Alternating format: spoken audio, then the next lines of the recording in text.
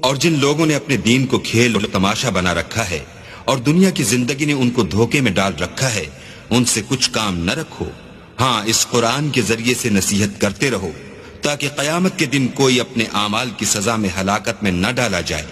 اس روز اللہ کے سوا نہ تو کوئی اس کا دوست ہوگا اور نہ سفارش کرنے والا، اور اگر وہ ہر چیز جو روئے زمین پر ہے بطور معاوضہ دینا چاہے تو وہ اس سے قبول نہ ہو۔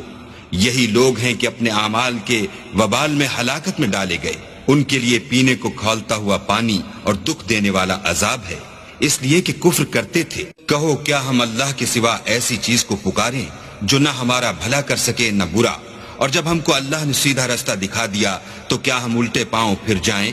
پھر ہماری ایسی مثال ہو جیسے کسی کو جنات نے جنگل میں بھلا دیا ہو اور وہ حیران ہو رہا ہو، اور اس کے کچھ رفیق ہوں جو اس کو رستے کی طرف بلائیں کہ ہمارے پاس چلا،